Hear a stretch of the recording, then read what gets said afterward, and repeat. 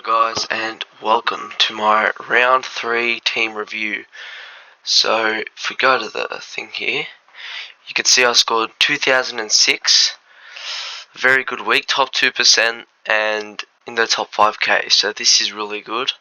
I'm very happy about this, but the thing is with this week, I have left so many points on the table. Like, let's just start it off now. Let's get into the first player. Luke Ryan, 130, should have taken this VC. I don't know what went through me. I had a feeling Bont might get rested, but I still gave him the C just in case he went crazy and I didn't have the C on him. Would have really hurt me. And he got a 110 and played basically full forward the whole match. So that really fucked me. That fucked me bad. If I just took Ryan's VC, which I was literally going to do up until the last 10 minutes, until this Bulldogs match, and I changed my mind, but fuck. Should have taken it. Would have made my week huge. But yeah, I'm very happy with this score from Luke Ryan. He will 100% be a season-long keeper, and 100% will be top 6 defender. So I'm very happy about Luke Ryan. Dacos, didn't mean to put the caption on it. Dacos, I'm really considering trading. I know it sounds crazy, but I wanted to fade this guy so bad at the start of the season, but because of his ownership, I just thought I couldn't. But now, I don't know. I could trade this guy and get a Tom Green in the midfield because that's someone I'm really missing and need in my team. With the mag tag and going into the bye, there's a chance that he could drop like a 40 and then drop fucking like 100k after the bye, which would not be good at all. Yeah, I don't know. He's definitely in my trade considerations. I know it sounds a bit crazy, but he definitely is. I mean, because last week I went the pod play of trading out Harley Reid for Sharp and it paid off, so I could make the pod play this week and get rid of Dacos for Tom Green. Tom Green isn't really a pod, but getting rid of Dacos would be a very risky and poddy trade, but I don't know yet. Probably still going to hold. Then we got Sheasel. Yeah, Sheasel's superb. He'll be a season-long keeper. So fucking happy I started this guy. And I was umming and ahhing about him the whole preseason. Like, didn't fully want him in my team. But then, after the first round, I knew this guy was going to be a jet. So I'm very happy with Sheasel. D'Ambrosio, 68. Thought he deserved a bit more. Had 16 touches and a behind at 88%, which I reckon any other day should have been like a 75 or an 80. But doesn't matter, it was shit conditions. He'll bounce back next week, I'm sure. Williams, 70, he's been shit. Like, I'm gonna be brutally honest. I'm a Carlton supporter and this guy's just been horrible. He could actually be in fear of getting dropped, because he's playing some really shit footy. Yeah, look, he'll still make some cash, but he's definitely not the pick we wanted. He's only in this team because of the absolute fucking lack of rookies in the back line. Howe's 26. Oh my god, he just went missing. The one cash cow that I thought was going to be an absolute superstar in this season, and it's turned to shit with the 26. Like, he's definitely still could bounce back and get like an 80 next week and then just get back to a very nice cash cycle and just start earning big cash again, which I probably think that'll happen actually. So I don't know, I still have faith in ours. I'm definitely not trading him out yet. Reid Caulfield didn't play. Probably going to trade out Caulfield this week. Not 100% sure though. Bonampale, of course, had the scene. Him already touched on that, how disappointing that was. Look, but to be honest, it's not as bad as it could have been. Like, he was on a 70 up until the last 5 minutes of the match, and then he just booted 2 more goals in, luckily, and got to a 110 somehow. So, thank God for that. Butters, yeah, that is just really. Oh, well, yeah. Sorry, what the fuck am I doing? Yeah, I'm very happy with Butters. A 98 is good, but at the same time, he did look a bit in no man's land during the match. But I mean, he's coming off a 170, so give him a break. He's been a really good pick to start. Everyone traded him out after like the ankle complaint or something in the practice match. I didn't. I stuck with him, and it's really paid off. So happy with Butters. Laird, look, I want 11. It's not bad. He's been a really consistent pick. The thing is, this guy could have easily been an upgrade target, though. I didn't need to start this guy. I thought he would explode at the start of the season, but yeah, I was wrong. He's been consistent, but he's still gonna go down in cash. So I probably should have gone green over Laird, and then gone got on Laird as an upgrade target later on in the year. But to be fair, I also did get Laird because of this buy round, because I knew it would pay off, because lots of people were gonna have either Tom Green, who else would they have? They would have Whitfield and Buddy Flanders, but I didn't go any of the GWS blokes. I only went Flanders, so I was pretty well prepared for this buy. But at the same time, it's kind of going to come back to bite me now that I picked Laird over Green. But I don't know. Laird's definitely going to be a season-long keeper, so I'm still happy with him. And yeah, it's still brought out some consistent scoring, so that's fine. Then we got Steele. Oh my god, how glad am I that I started this guy? I was so close to trading him out of my team, like not even 10 minutes before round one. Thank God I didn't. I actually was going to, but I forgot. And then when the St Kilda match started, I was like, oh shit, I didn't trade Steele out, but fuck, thank God I didn't, because this guy's exploded.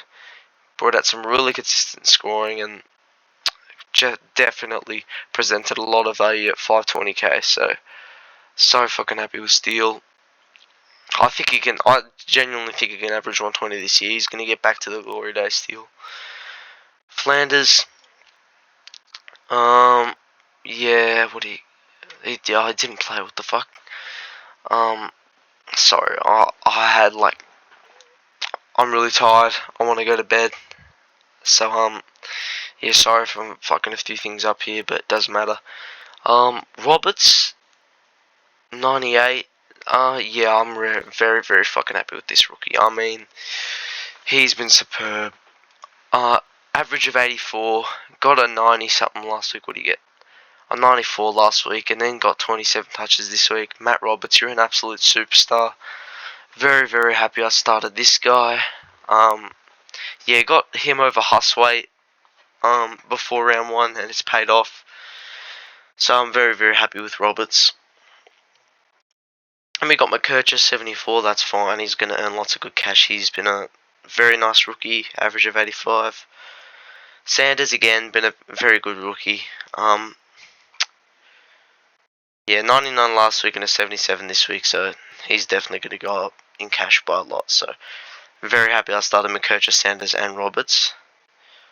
Carroll took the 65 from him just because I feel like Sharp's one of those guys where you can't really trust him. He's either going to get a 60 or a 20, so I don't know. In the long run, it would have been fine if I fielded Sharp, or Clark actually. But yeah, it's 6 points. It doesn't really matter. So I'm happy with Carroll. He's been really good. He did come off with a bit of an injury complaint, but I think he's fine. I don't think it's anything severe. He'll definitely play next week. He won't get dropped or anything. Yeah, I really rate him as a player, and yeah, he's got big potential going forward. Sharp 71. So fucking glad I did the pod trade. I traded out Harley Reid. Could have turned up. If he turned up, my season would have been over. I would have been so pissed off about that. If he like just goes a couple tons after this, my season probably is over. But I don't think he will, and I'm very happy that I traded him out for Sharp, because Sharp has gone up by like 61k, I think, and delivered a 71 outscored Reid. So I'm very, very happy with Sharp. Clark 68. He's going to be a good cash cow now. The 11 or whatever is out of his cycle. Break even negative 39. This is very good from Clark. All these midfield rookies are just superb. And yeah, Gorn in the ruck. Oh my god. I was gonna VC Gorn. Then one of my mates talked me out of it. I'm so pissed off at him, mate. Really wanted to VC Gorn. Thought he would have eaten up Soldo, and he did. Got a 180. If only I VC'd him. I have left so many points on the table this week, but you know what? Doesn't matter. It is what it is, and Still in my team for a 177, so I'm happy about that. Grundy, 114. I feel like this guy gets severely underscored sometimes. Like, he didn't have that many hitouts, Grundy. But, yeah, I thought all of his touches were really good, and I rated the way he played along the ground. So, yeah, I think this guy kind of gets underscored by Supercoach just a little bit. But at the same time, I'm definitely going to hold Grundy. A lot of people traded him last week, but I'm holding him for sure. A 99, yeah, the 71, 99, and a 114. I think he'll be fine as a keeper the whole year long. I know everyone's looking to upgrade him to English, but I can definitely see him against West Coast getting like a 170 or 160, and then everyone going, whoa, this guy could be a season-long keeper, and I reckon he will be. So I probably will end up keeping Grundy the whole season long. And I mean, yeah, I still have faith that Grundy can absolutely explode. But even the way he's now with the 105 average, that's perfect for anyone that wants to upgrade to English. So, and if we end up wanting to upgrade to English, so I'm very happy with Grundy. Heaney, 148. You're a superstar. Thank God I jumped on this guy after round one. Was a bit wary. Was a bit wary and unsure, but luckily traded Martin out for him. Of course, Martin went nuts, but his efficiency was still pretty shit, and he only got a 136 for like 45 touches. So I think when he has just like normal games, he gets like 25 touches. Because of his efficiency, he won't score well for Supercoach, and I think Heaney overall in the long run is going to be a better pick than him. So I'm glad I got Heaney for him. Then we got Luke Jackson. Yeah, he's been a superb pick. 98's not a bad score. Probably thought he deserved a bit more than it, but doesn't matter. Still did well, Luke Jackson, and it's so good. It's perfectly designed for this year, Luke Jackson, because you could just swing him on for Grundy and Gorman at their buys. And even if Darcy does come back, which I think they said he will the week after this week, so even if he does come back, I think Jackson will be really good as a key forward and a second ruck. So yeah, I probably won't hold him the whole season long, but I'll definitely hold him for a little while until he drops a bad score after Darcy returns. And yeah, I think he's got West Coast soon as well, so I still reckon you can hold him for as long as you can until he really drops a shit score, then you can trade him out or drops in price a lot. But yeah, very happy with starting Jackson. Then we got Powell. Powell in 92, he's going to be a great pick. Definitely a top six forward, I reckon. Efficiency was a little down, but doesn't matter. Played a great game considering North got fucking thrashed. Jordan is 65. I'm holding this guy. I know a lot of people are trading him, but I think 100% I'm holding him. He's got West Coast this week. I see very, very high potential of him going nuts this week.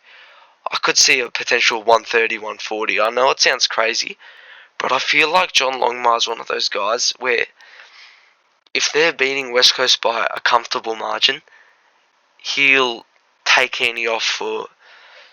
the star midfielders off for some of the game. Maybe not Heaney actually, but he'll take some of the star midfielders off for the game to rest, and he'll give Jordan a real go at being that number one or number two midfielder.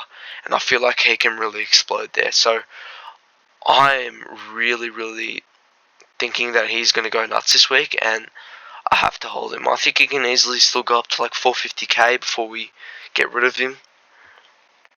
And yeah, definitely not trading him. 65 is fine. It's whatever. Billings, you're fucking gone. I don't even know why I got him in the first place. Got a 119 and then got a 69, now 42. So he's just been a downward spiral ever since I've got him. I used a boost for him. It's fucking shit. And he's only gone up 62k. So Billings has been a horrible pick. And at this rate, he's going to get delisted because he's had plenty of goes at it. Had his good years and now just cannot fit in the best 22. Got subbed out and just isn't really good anymore. So Billings, you are gone. Wilson, 25. His scoring has always looked like was on the verge of dropping a score like this, because this 66 and this 59, he only just scraped out those scores. Like, I was watching the matches, and he only just scraped those scores through a couple late goals or something. And I knew when he wasn't as fortunate, Dusty Wilson, he would have a shit game like this, and I was completely correct. So I still think in the long run he'll be an okay cash cow, but at the same time it's pretty disappointing to have him off field. Sexton didn't play, Mana didn't play. I don't know what I'm going to do with Mana. I definitely thought Mana was going to play this week. I didn't think last week was that bad, but whatever, he got dropped. Yeah, I might have to trade him soon. But for now, we'll fix up my team for round 4. So, my trades. Billings out. I want to go Caulfield out, but I want to be really conservative with my trades, considering I've used 2 boosts already. So I might just go the obvious one, and that's Billings to Darcy. I think everyone's doing the same trade, so there's nothing potty or crazy about it, but I think that's it. Yeah, I'll go Billings to Darcy. Darcy you have to get. He's got a low break even. I'll put him as emergency because he plays earlier. I can loop him. And what was I saying?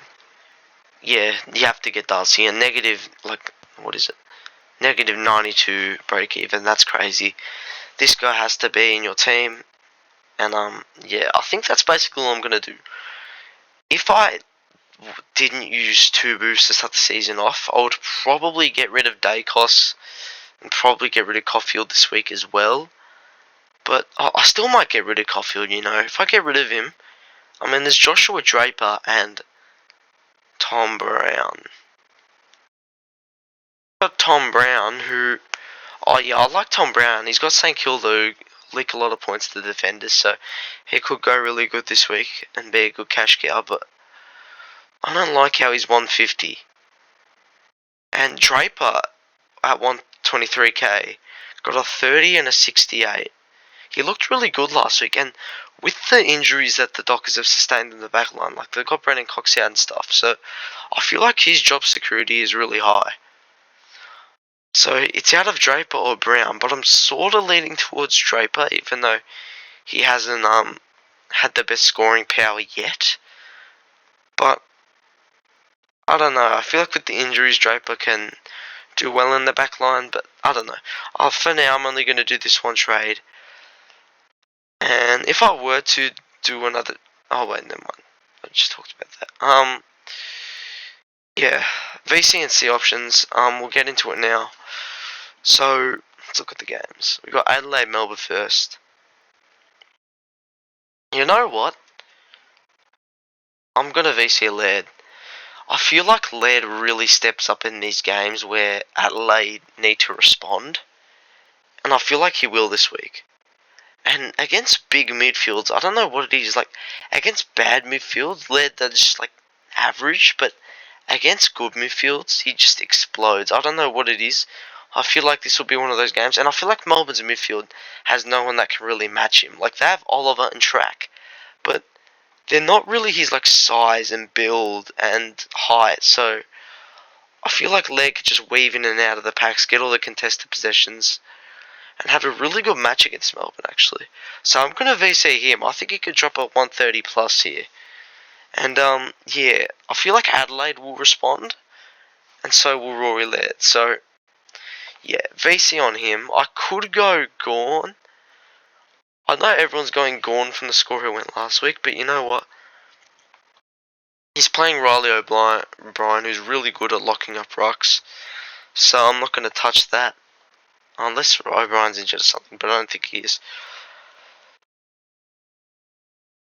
Brisbane North, no one to VC there. I could go Sheasel, but not going to touch. Oh, it's a smaller ground actually in Norwood. I'm not going to touch him. Put Adelaide Essendon. Butters' projection is like 160. Yeah, look at that. I could go Butters.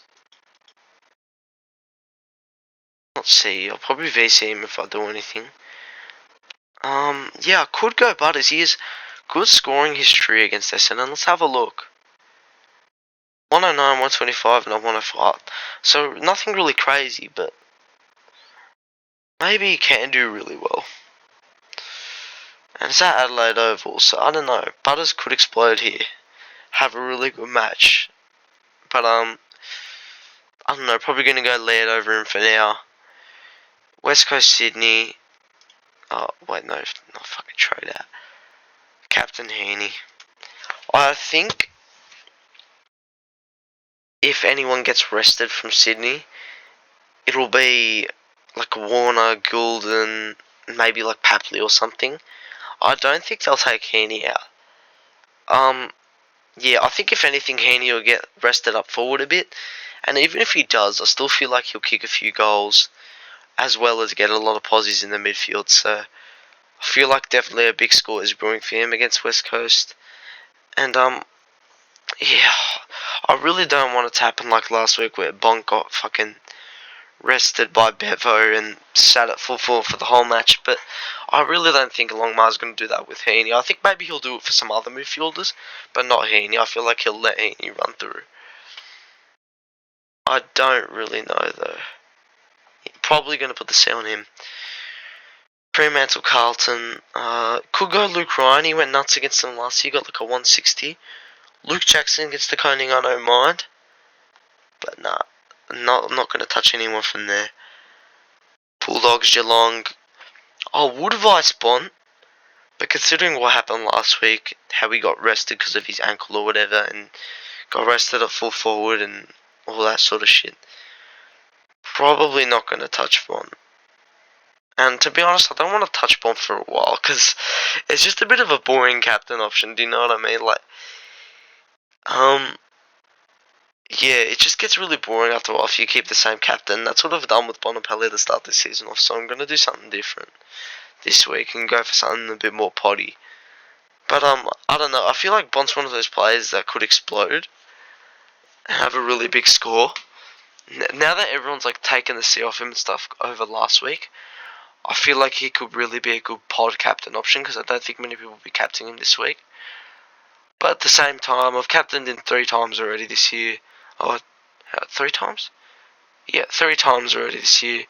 So I'm fine to skip this week. He'll probably get like a 120 or something, but I don't know. I don't want to captain Bonampelli this week. Gold Coast vs GWS. If anything, the only person I could go through from this match is Flanders, and I don't think I'm going to do that against a strong midfielder GWS. Richmond St Kilda. Steele will definitely do really good. Oh, I could go Steele, you know. It's potty. I like it. Oh,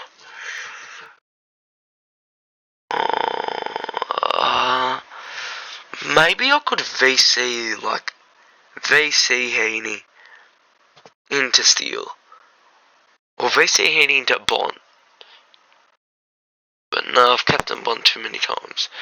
Yeah, probably not going to touch Steele, but yeah, he could go nuts against the Tigers. And then we got Hawthorn Collingwood, not touching Dacos. If anything, he'll be traded out of my team. Like, he's going to be out of the VCNC cycle for a few weeks now because of he's just poor form kinda. So yeah, that's basically it for the round review. Thank you guys for watching, and I'll see you all in the next one.